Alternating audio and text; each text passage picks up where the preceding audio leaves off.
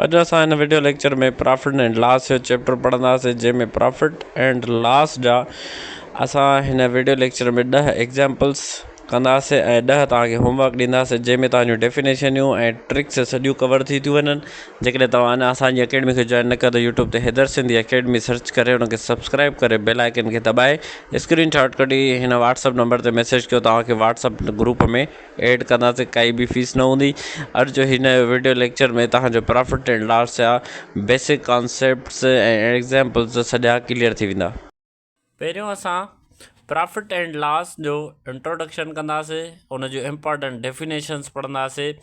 हिन video lecture में या जेके बि असांजा वीडियो लेक्चर हूंदा आहिनि, असां उन में उहे शयूं तव्हांखे पढ़ाईंदा आहियूं जेके तव्हांजे कम जूं आहिनि। वधीक तव्हांखे एक्स्ट्रा पढ़ाइण जी माना तव्हांखे पढ़ण जी काई बि ज़रूरत न आहे।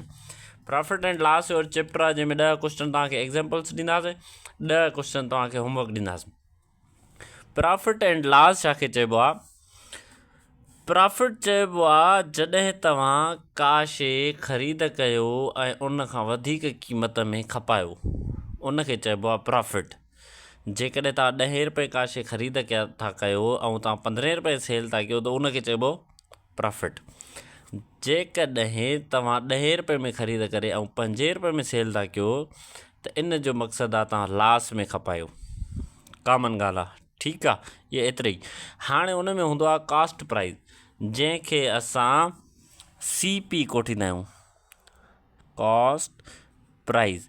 कॉस्ट प्राइस छाखे चइबो आहे? जॾहिं बि का शइ ख़रीद कबी आहे त उन जी ख़रीदी क़ीमत खे चइबो आहे कॉस्ट प्राइस, या जेका बि कंहिं शइ जी इनिशियल प्राइस हुजे तव्हां वटि। जीअं तव्हां का शइ ख़रीद कई या तव्हां शइ कंहिंखां वरिती जंहिं क़ीमत में, उहा हूंदी उन जी कॉस्ट प्राइस, मतिलबु परचेज प्राइस। ठीकु आहे, इहा थी वई। जेकॾहिं तव्हां का शइ ख़रीदा कयो 100 रुपए में त उहा हुन जी कॉस्ट प्राइस हूंदी। सेलिंग प्राइस छा हूंदी आहे? जेकॾहिं तव्हां साॻी शइ 100 में जेका शइ ख़रीद कई ऐं तव्हां उहा खपाई 120, ठीकु आहे, घणे में बि खपायो, वधीक खपायो, उन में खपायो, उन खां घटि खपायो, इन सां कोई तालुक़ु न आहे। सेलिंग प्राइस जंहिं क़ीमत में तव्हां कंहिं ॿिए खे साॻी शइ ट्रांज़ेक्शन करे ॾियो था या ट्रांसफ़र कयो था, उनखे चइबो आहे सेलिंग प्राइस। मिसालनि तौरु कॉस्ट प्राइस तव्हांजी हुई 15 रुपया, तव्हां उहा शइ सेल कई वरी 20 रुपए में, ठीकु आहे, 20 रुपए में सेल कयो, 10 रुपए में सेल कयो, 15 रुपए वठी था 15 में ई सेल कयो, मतिलबु जेका शइ तव्हां सेल कंदव उहा हूंदी हुनजी सेलिंग प्राइस। उन खां पोइ आहे प्रॉफिट या गेन। प्रॉफिट छाखे चइबो आहे? जॾहिं तव्हां का शइ 100 में ख़रीद कई, ठीकु आहे, ऐं तव्हां वरी उहा खपाई 120, त तव्हांखे छा थींदो? 20 रुपया फ़ाइदो थींदो, त इन खे चइबो प्रॉफिट। इन जी जेको फार्मूलो आहे उहो आहे selling price minus cost price is equal to profit. Selling price जिते वधीक हुजे, कॉस्ट प्राइस जिते घटि हुजे, उनखे चइबो आहे प्रॉफिट। कीअं? सपोज़ कयो तव्हां हिकिड़ी शइ 15 रुपए में जेका ख़रीद कई हुई, उहा तव्हां वरी खपाई 10 रुपए में। 15 में तव्हां का शइ ख़रीद कई ऐं तव्हां उहा खपाई सपोज़ कयो मतिलबु 20 रुपए में, सेलिंग प्राइस वधीक हूंदी, सेलिंग प्राइस वधीक हूंदी, त असां हिते हिनखे कीअं लिखंदासीं? सेलिंग प्राइस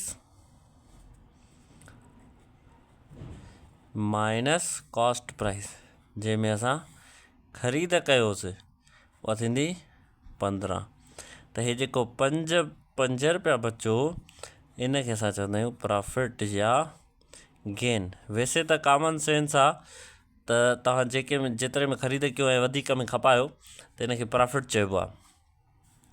लॉस छाखे चइबो आहे, जेकॾहिं तव्हां 15 रुपए में हिकु शइ वरिती ऐं उहा शइ तव्हां खपाई, मतिलबु हीअ थी वई कॉस्ट प्राइस, हीअ थी वई सेलिंग प्राइस। सपोज़ कयो उहा तव्हां खपाई 10 रुपए में,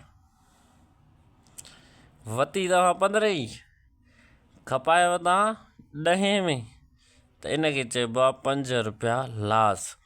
हाणे जेको लॉस जो जेको फॉर्मूलो आहे उते कॉस्ट प्राइस वधीक हूंदी, सेलिंग प्राइस घटि हूंदी, त इन जो जेको आंसर ईंदो उहो हूंदो लॉस। इन में ट्रिक की आहे त जेकॾहिं काई बि शइ तव्हां ख़रीद था कयो, मतिलबु 100 रुपए में ऐं खपायो था 90 रुपए में, त कॉमन सेंस आहे त तव्हांखे लॉस पियो आहे। हाणे हिन जा 10 एग्ज़ाम्पल्स, जेके 10 केसिस तव्हांजे पेपरनि में ईंदा आहिनि, उहे बेसिक कॉन्सेप्ट क्लियर था कयूं। उन खां बाद में 10 क्वेश्चन तव्हांखे होमवर्क ॾींदासीं। सुवाल नंबर पहिरियों आहे, हिन purchased car for 8 lakh, sold it in 10 लाख। हिन छा कयो, हिकिड़ी कार ख़रीद कयईं 8 लखे में, ठीकु आहे, वरी उहा खपायईं 10 लखे में। त हाणे चए थो त फाइंड कयो प्रॉफिट या लॉस थियो। जेकॾहिं प्रॉफिट थियो आहे त उनजी घणी परसेंटेज थी आहे। पहिरियों तव्हां सभिनी में हीअं लिखंदव कॉस्ट प्राइस, पोइ तव्हां सेलिंग प्राइस, पोइ तव्हांखे ख़बर पवंदी त वधीक कहिड़ो आहे। जेको वधीक हूंदो, मतिलबु जेकॾहिं कॉस्ट प्राइस वधीक आहे त थी वेंदो लॉस। छो जो प्रॉफिट जो फार्मूलो छा आहे, selling price minus cost price, ठीकु आहे। ऐं लॉस जो छा आहे, cost price minus selling price, ठीकु आहे। हाणे जेको वॾो हूंदो, जेकॾहिं सेलिंग प्राइस वधीक हूंदो त प्रॉफिट में हलियो वेंदो, जेकॾहिं कॉस्ट प्राइस वधीक हूंदो त लॉस में हलियो वेंदो। हाणे असां पहिरियों खणूं था कॉस्ट प्राइस खे। कॉस्ट प्राइस आहे 8 लख, ठीकु आहे। सेलिंग प्राइस आहे 10 लख, ठीकु आहे। हाणे 10 लख, ठीकु आहे। हाणे छा थियो, हाणे कहिड़ी शइ वधीक आहे असांजी हिते, असांजी हिते सेलिंग प्राइस वधीक आहे, मतिलबु हे प्रॉफिट में हलियो वेंदो। प्रॉफिट घणो थियो, 10 लख माइनस 8 लख, घणो आंसर आयो, 2 लख। 2 लख हिनखे छा थियो, प्रॉफिट थियो। असांखे पहिरियों त ख़बर पइजी वई त इहो प्रॉफिट थियो, उहो घणो थियो, 2 लख। हाणे था मालूम कयूं परसेंटेज। परसेंटेज प्रॉफिट कीअं मालूम कबी आहे, साॻियो ई उहो ई जीअं कल्ह जे वीडियो लेक्चर में मां तव्हांखे चयो त तव्हां सपोज़ कयो हिकिड़ो तव्हां इम्तिहान ॾिनो आहे। हाणे हिते सम्झो तव्हां इम्तिहान ॾिनो आहे, जंहिंमें तव्हांजो जेके हितां खां तव्हां इहो शुरू कंदव। सपोज़ कयो तव्हां हिकिड़ो इम्तिहान ॾिनो आहे जंहिंमें तव्हांजो मार्कूं आहिनि 2 लख, ठीकु आहे। हाणे तव्हांखे परसेंटेज मालूम करणी आहे। टोटल मार्कूं इन में तव्हां सम्झंदव इनिशियल वारियूं टोटल हूंदियूं आहिनि, जेके आहिनि 8 लख, ठीकु आहे। हाणे छा कंदव, सिंपल हिनखे 100 सां ज़रब कंदव, बार बार हिनखे प्रैक्टिस कंदव, तॾहिं तव्हांखे यादि थींदो। हाणे हिनखे सिंप्लीफाई कयूं था, 1 0 हिन में ख़तमु, 1 हिन में, 1 हिन में ख़तमु, 1 हिन में, 1 0 हे वियो, 1 हे वियो, 1 हे 0, 1 हे 0, हे 0, 1 हे 0, बचो 8 हे 200। हाणे हिन ते पहिरियों हणूं था असां 2 जी टेबल, हिन ते 4 टाइम, हिन ते हिते 100 टाइम, 100 ते 4 जी टेबल 25 टाइम। त तव्हांजो जेको आंसर आयो उहो आयो 25%। वेरी बेसिक, तव्हां ॻाल्हि सम्झी वियो। कमेंट में असांखे ॿुधाईंदा हलिजो हिकु हिकु सुवालु तव्हांखे मतिलबु कीअं सम्झ में आयो। ऐं हे जेके अने सिंपल ट्रिक्स सां मां सम्झायां थो, जेकॾहिं वधीक असां मतिलबु हिन खे लेंदी कंदासीं त इहो लेंदी थी वेंदो, पर असांखे करण जी ज़रूरत न आहे। सुवाल नंबर ॿियो आहे, if cost price is 2516 and selling price is 3145। ठीकु आहे, तव्हांजो हिन कमु आसान करे छॾियो आहे त तव्हांखे कॉस्ट प्राइज़ बि ॾेई छॾी अथई, सेलिंग प्राइज़ बि ॾेई छॾी अथई। हाणे चए थो फाइंड प्रॉफिट या लॉस, प्रॉफिट लॉस परसेंटेज। जेकॾहिं प्रॉफिट जो पहिरियों तव्हां हर सुवाल सां गॾु ई रखिजो, ही फार्मूलो हर सुवाल सां गॾु लिखिजो, तव्हांखे यादि थींदो। प्रॉफिट तॾहिं थींदो आहे जॾहिं selling price minus cost price हुजे, लॉस तॾहिं थींदो आहे जॾहिं cost price minus selling price हुजे। हाणे असां पहिरियों रखूं था कॉस्ट प्राइज़, पोइ असां रखूं था सेलिंग प्राइज़। हाणे ॿई शयूं अची वियूं। हाणे वधीक कहिड़ो आहे, ज़ाहिरी ॻाल्हि आहे सेलिंग प्राइज़। सेलिंग प्राइज़ वधीक त मतिलबु ही परफेक्ट प्रॉफिट में आहे, ही त प्रॉफिट में हलियो, प्रॉफिट हूंदो। त असां प्रॉफिट कढूं था, पहिरियों घणो आहे 3145 माइनस 2516। हाणे जॾहिं तव्हां हिन खे सॉल्व कंदो, हिन खे 3145 खे माइनस कंदो, हुन मां माइनस कंदो 2516, तव्हांजो जवाबु ईंदो 629। ठीकु आहे, हाणे असांखे मालूम करणी आहे परसेंटेज। हाणे असांखे हिन जी कढणी आहे परसेंटेज। ही त थी वियो त हिकु त प्रॉफिट आहे, ॿियो घणो आहे प्रॉफिट 629। हाणे असांखे कढणी आहे त प्रॉफिट घणा परसेंटेज आहे। सेम हाणे सम्झो तव्हां हिकु इम्तिहान में 629 मार्कूं खयूं आहिनि, ठीकु आहे, जंहिंजूं टोटल जेके मार्कूं आहिनि इनिशियल वारियूं काउंट थींदियूं, उहे आहिनि 2516। 100 असां फार्मूले जो रखंदा आहियूं। ठीकु आहे, हाणे तव्हां जॾहिं हिन खे फाइंड कंदव, जॾहिं सॉल्यूशन कंदव, त तव्हांजो आंसर ईंदो 25%। 25%। 629 मल्टीप्लाई जॾहिं तव्हां कंदव 4, त तव्हांजो जवाबु ईंदो 2516। मतिलबु हिन वक़्तु तव्हांजो जेको आंसर आयो आहे उहो आहे 25%। जॾहिं तव्हां सॉल्व कंदो उहो आहे प्रॉफिट। ठीकु आहे, सुवाल नंबर 3 आहे, if I sold a book RS, जेकॾहिं मां हिकिड़ो बुक सेल कयां थो 120 रुपए में, विच गेव मी 20% प्रॉफिट, जंहिं मूंखे 20% प्रॉफिट ॾिनो, what will be the cost price. हाणे हिन सुवाल में हिकिड़ी ट्रिक आहे, जेकॾहिं तव्हांखे पहिरियों सुवाल में चवे त बाबा मां हिन प्राइज़ ते खपायो आहे, मूंखे 20% प्रॉफिट पियो आहे, ठीकु आहे, त इन खे तव्हां छा कंदव, केतिरा बि परसेंट प्रॉफिट थिए उहो तव्हां 100 में एड करे हेठां रखंदव।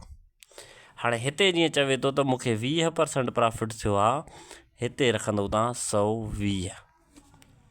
ठीकु आहे, इहा जेका डेफिनेशन आहे तव्हां वराए रिपीट कजो, त जेकॾहिं तव्हांखे सुवाल में चवे त हिन प्राइज़ ते मां हिकिड़ी शइ खपाई या सेल कई, त मूंखे हेतिरा परसेंट लॉस थियो या हेतिरा परसेंट प्रॉफिट थियो।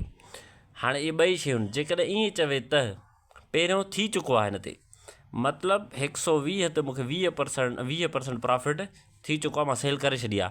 तव्हां छा कंदव, हिकु त हीअ 120 हीअ साॻी रखंदव, 100 सां ज़रब करे हुन में परसेंटेज एड कंदव जेकॾहिं प्रॉफिट आहे त।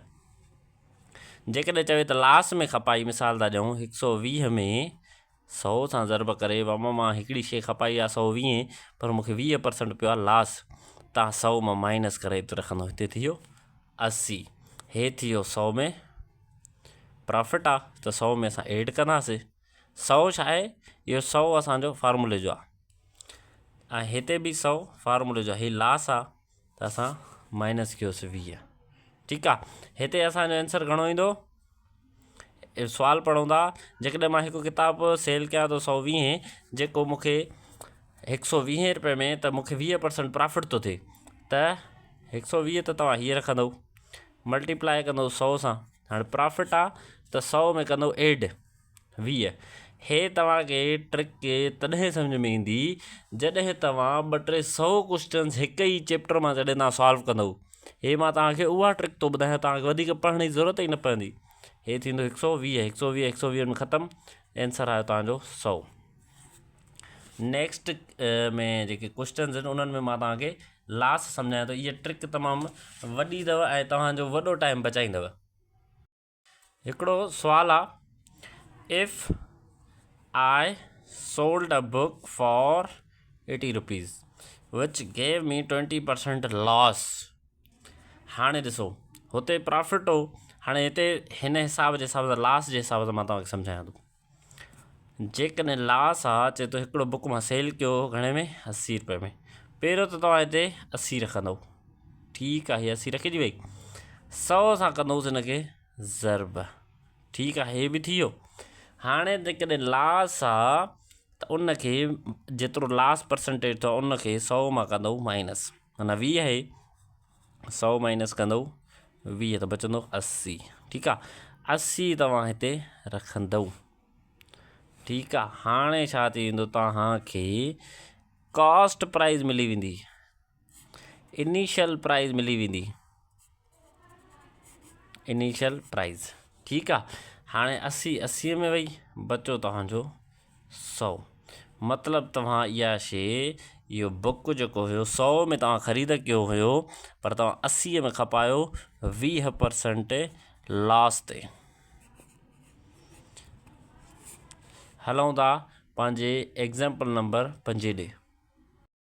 एग्ज़ाम्पल नंबर 5 आहे, by selling a book for 80 rupees give me 20% loss but I want to sell on 20% profit, find the selling price। हिकिड़ो बुक आहे जेको मां सेल कयां थो 80 रुपए में, त मूंखे ॾिए थो 20% लॉस, पर मां चाहियां थो त मूंखे 20% प्रॉफिट थिए। हाणे तव्हां छा कंदव, हिन प्रॉफिट वारे खे तव्हां हिसे खे छॾियो, पहिरियों तव्हां हुनजी कढो कॉस्ट प्राइस। हाणे 80 जेकॾहिं 80 में सेल थो करे, 100 सां ज़रब कंदव त तव्हांजो हिन जो घणो लास थो थिए, 20 त 100 माइनस 20, हिते कंदव 80 कॉस्ट प्राइस कढण लाइ, प्रॉफिट थिया त 80 कयो, लास आहे त माइनस 80 में ख़तमु। ठीकु आहे, हिते बचंदो तव्हांजो 100 छा आहे तव्हांजो कॉस्ट प्राइस। हाणे कॉस्ट प्राइस अची वई, हाणे चए थो but I want to sell on 20% profit. हाणे इन में 20% एड करिणो आहे, 20% जीअं आम 20% कढंदा आहियूं सेम आहे। हे जेको फार्मूलो आहे प्रॉफिट लॉस जो, ही इनिशियल जो आहे कॉस्ट प्राइस जो। जेकॾहिं उन ते का शइ अप्लाई थियल हुजे, जेकॾहिं अप्लाई करणी आहे त सिंपल तव्हां जी परसेंटेज आहे उहो तव्हां फॉलो कंदव। 100 ज़रबिया 20% मालूम करण जे लाइ 20 सां ज़रब करे डिवाइड कंदव 100 सां, 100 में ख़तमु, बचो 20। मतिलबु हिन खे 20 रुपया वधाइणा आहिनि।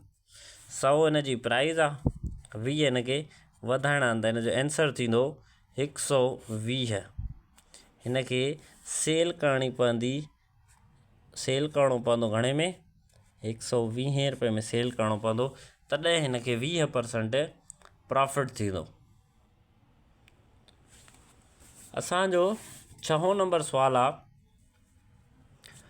Cost price is 300, we want to sell it by 20% profit, 25% profit, find the selling price. हाणे कॉस्ट प्राइस अची वई, कॉस्ट प्राइस घणी आहे 300। हाणे 25% हिन में करणा आहिनि एड बसि। हाणे छा कंदो, इन 25% ऑफ 300, तव्हां हिते त 300 अची विया, हाणे हिन में प्लस कंदा जेको हिन जो आंसर ईंदो, तव्हांखे यादि आहे त 25% कढण जो मां तरीक़ो तव्हांखे छा ॿुधायो, डिवाइड बाय 4। 300 खे सिर्फ़ु डिवाइड कयो 4 सां। 300 खे जॾहिं तव्हां डिवाइड कंदव 4 सां त तव्हांजो आंसर जेको आहे ईंदो 75।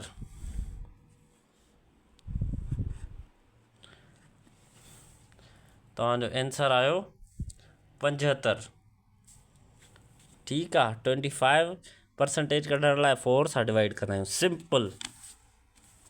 त हिनखे असां सिर्फ़ु हिन में ऐड कंदासीं, 300 + 75, 375। ऐं आंसर की में कॾहिं कॾहिं असां सिंपल क्वेश्चन जो जेको आंसर आहे उहो पाण ग़लति लिखंदा आहियूं। जीअं स्टूडेंट हुन ते थोरो घणो फोकस कनि, हू हिकु ॿ दफ़ो वधीक उनखे ॾिसंदा त आहे त सोलो क्वेश्चन, जॾहिं असां कयो बि आहे त आंसर छो नथो अचे सही, त उन ते हू 2-3 दफ़ा वधीक प्रैक्टिस कंदा आहिनि, त उन्हनि जो जेको दिमाग़ु आहे अञा वधीक खुलंदो आहे, अञा वधीक ग्रो कंदो आहे। त हिते तव्हांजो आंसर घणो आयो, 375। 300 कॉस्ट प्राइस, 25% कढियव 75, सेलिंग प्राइस आहे 375। सवाल number 7, by selling a mobile on RS 4000 we have 200% profit. ही जेके बि सुवाल आहिनि इंडिया जो बुक आहे, मां तव्हांखे उतां पढ़ी करे प्रैक्टिस करे तव्हांखे कराईंदो आहियां। ही जेके बुक हुया मैथमेटिक्स जा, मां 6 किताब पढ़िया हुया जॾहिं मुंहिंजी मैथमेटिक्स जी टेस्ट हुई। उन में मुंहिंजा 50 सुवालनि जी मुंहिंजी टेस्ट हुई, तंहिंमां मुंहिंजा 47 सही विया हुया। ये इंडियन ऑथर जा बुक आहिनि, पाकिस्तानी सिर्फ़ु हिकिड़ो बुक हुयो, 4 इंडियन जा बुक हुया। उहे तव्हांजे एॾा कम जा न आहिनि। तव्हांजो जेको कम जो आहे उहो आहे जेको मां तव्हांखे पढ़ायां थो IBS अखर जी प्रिपरेशन जे लाइ। सवाल नंबर 7 आहे, हिकिड़ी मोबाइल सेल करण सां जेका 4000 में जेकॾहिं सेल था कयूं त प्रॉफिट थिए थो 200% प्रॉफिट। ठीकु आहे। What will be its cost price. असांजी कॉस्ट प्राइज़ घणी थींदी। 200 खे तव्हां छॾो, तव्हां हिनखे कयोसि 100। ठीकु आहे। असांखे प्रॉफिट थिए थो 100 जो। मां कैलकुलेशन उहा रखंदो आहियां जेके पॉइंट्स में न वञे, जंहिंमें जेके स्टूडेंट्स आहिनि उहे मुझनि न, तहिड़े जे करे कैलकुलेशन खे घटाईंदा आहियूं। त हिते असांखे जेकॾहिं असां 4000 में कॉस्ट प्राइस था कढूं, 4000 में सेल था कयूं, 100 सां ज़रब था कयूं, घणो प्रॉफिट थो थिए 100 इहो 100 फार्मूले जो। ठीकु आहे। प्रॉफिट आहे हिन में, जीअं अॻोणे 20% प्रॉफिट पियो थिए त 100 में एड पिया कयूं, हाणे 100 थियो त 100 में एड कंदासीं, 200 थियो। हाणे हे 0 में ख़तमु। कॉस्ट प्राइस 2 जी टेबल हिन ते 4000 ते 2000 टाइम, हिन जो जवाबु छा आयो 2000। Cost price is 2000। जेकॾहिं हिकु शइ 4000 में सेल था कयूं त असांखे 100% प्रॉफिट थो थिए। ठीकु आहे। त उहो असां हिन में सॉल्व कयो आहे। सवाल नंबर आहे असांजो 8, if an article sold at 200% profit, find the ratio of cost price to selling price. Cost price / selling price चए थो इन ॿिन्ही जो रेशो छा थींदो। हाणे सुवालु तव्हांखे सम्झ में न आयो हूंदो। चए थो जेकॾहिं हिकिड़ी शइ 200% प्रॉफिट ते सेल कजे थी, सपोज़ कयो त कॉस्ट प्राइस असां खणूं था 100। ठीकु आहे। चए थो इहो 200% प्रॉफिट ते सेल थी थिए। 200% घणो थींदो हिन जो, 100 थींदो 100, 200% थींदो 300। सिंपल। हे थी वियो 100, हाणे 200% प्रॉफिट खपे। 200 में हे 100 प्लस 100 हे 200, आंसर तव्हांजो थी वियो 300। हिन जी रेशो जॾहिं तव्हां छॾाईंदव, रेशो एट प्रोपोर्शन में तव्हांखे इहो पढ़ाईंदासीं त सिंपल तव्हां हिननि जा इक्वल 0 कटींदव, 1:3। कहिड़ो वॾो क्वेश्चन हुयो, तव्हांखे खे मुझाइण जे लाइ हीअ आहे सिंपल इन 2 स्टेप्स जो। जेतो रेशो कजो कास्ट प्राइस जो, काई भी कास्ट प्राइस तव्हां खणो, 200% सेल कयो, माना हुन ते प्रॉफिट वठो, माना 200% जेको हिन जो 100 थींदो उहो थींदो 100, मतिलबु 100 हिन जी हीअ, 100 प्रॉफिट 100 वारो, 100 200 वारो, थी वियो 300 मां रेशो में असां छा कंदा आहियूं, इक्वल 0 कटींदा आहियूं। मैथमेटिक्स में उहा असां तब्दीली आणे सघूं था, जॾहिं उहा असां रिवर्स कयूं त असांजो हिसाब जिते हुयो उते ई अचे। सवाल नंबर 9 आहे, जेकॾहिं 108 आना असांखे मिलनि था 10 रुपए में पर डज़न, ठीकु आहे। जेकॾहिं असां उहो 12 रुपए पर डज़न सेल कयूं त घणो प्रॉफिट थींदो। जेकॾहिं 108 आना तव्हां ख़रीद था कयो त उहो तव्हांखे मिलंदा 10 रुपए में पर डज़न, मतिलबु पहिरियों त असांखे हिनखे डज़न में चेंज करिणो पवंदो। डज़न में घणा हूंदा आहिनि, 12, ठीकु आहे। त हे जेको थींदो ना 12 108, घणा डज़न आहिनि, 9 डज़न। 9 डज़न असांखे घणे था मिलनि, 10 रुपए में, हे थींदो 90, ठीकु आहे। हाणे असांखे चए थो त तव्हां सेल कयो 12 रुपए में, 9 मल्टीप्लाई 12, ठीकु आहे। 9 मल्टीप्लाई 12, हिन जी क़ीमत घणी बीठी, 108, 108। हाणे असां सेल कयोसीं 108 में, हाणे माइनस कईसीं 90, घणो बचंदो, 18, त प्रॉफिट विल बी 18, 18 रुपया असांखे फ़ाइदो पियो। हीअ असांजी निकिती कॉस्ट प्राइस 10 रुपए पर डज़न, 9 डज़न आहे, सेल कयोसीं 12 रुपए में पर डज़न, ठीकु आहे। उन खां पोइ असांजो लास्ट क्वेश्चन आहे हिन चैप्टर जो, प्रॉफिट एंड लॉस जो। उहो ॾिनल आहे, कॉस्ट प्राइस बि तव्हांखे ॾिनल आहे 100, कॉस्ट प्राइस मिली वई, मतिलबु तव्हांखे 25% क्वेश्चन सॉल्व थी वियो। सेलिंग प्राइस बि तव्हांखे मिलियल आहे 180। चए थो प्रॉफिट ऐं लॉस मालूम कयो ऐं प्रॉफिट लॉस परसेंटेज। प्रॉफिट छा आहे, बार बार ये डेफिनेशन लिखूं था, वो है selling price minus cost price. Loss छा है, cost price minus selling price. हाँ इतने वधिक कहिड़ो आहे, सेलिंग प्राइस वधिक है। सेलिंग प्राइस वधिक है तो इतने थींदो 180 माइनस 100, तो घणो थियो, प्रॉफिट घणो थियो 80, एक थियो 80 प्रॉफिट, बियो असांखे कढणो प्रॉफिट परसेंटेज। हाँ 80 तव्हां मार्कूं खयूं घणनि मां, ये 100 फार्मूले जो, ऐं इनिशियल प्राइस घणी आहे, कॉस्ट प्राइस 100, 100 तव्हां 100 में ज़रब कंदो, तव्हांजो आंसर ईंदो 80%। 80% तव्हांखे प्रॉफिट परसेंटेज, हे प्रॉफिट, ये आहे प्रॉफिट परसेंटेज। उम्मीद आहे तव्हां सम्झी विया हूंदो। हाणे तव्हां इहा मॉक टेस्ट सॉल्व कयो ऐं पंहिंजो जेके राइट आंसर्स आहिनि, जेके करेक्ट आहिनि, उहे तव्हां पंहिंजे कमेंट में लिखी मोकिलियो। हाणे असां शुरू कयूं था पंहिंजी मॉक टेस्ट, जंहिंमें 10 सुवाल हूंदा तव्हांखे, जंहिंजा आंसर तव्हां पहिरियों लिखंदा वेंदव, पोइ तव्हांखे हिन में राइट ऑप्शन ॿुधाईंदासीं। एट द एंड तव्हांखे 10 कंप्लीट क्वेश्चन करण खां पोइ ही चैप्टर तव्हांजो कंप्लीट थी वेंदो प्रॉफिट एंड लॉस जो। कमेंट में तव्हां पंहिंजो लास्ट में स्कोर ॿुधाईंदव।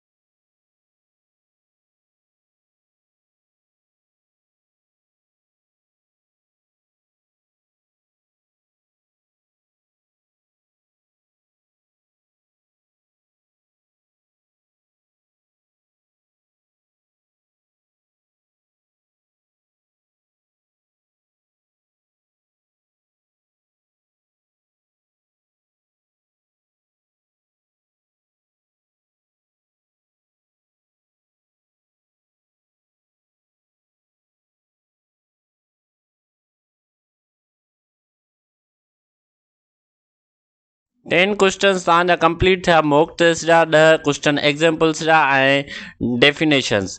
कमेंट कयो पंहिंजो स्कोर त 10 मां तव्हांजा घणा सही विया ऐं तव्हांखे वीडियो लेक्चर कीअं लॻो, केतिरो तव्हांखे फ़ाइदो पियो, कहिड़ियूं कहिड़ियूं तव्हां डेफिनेशन पढ़ियूं, कमेंट में ज़रूरु ॿुधायो।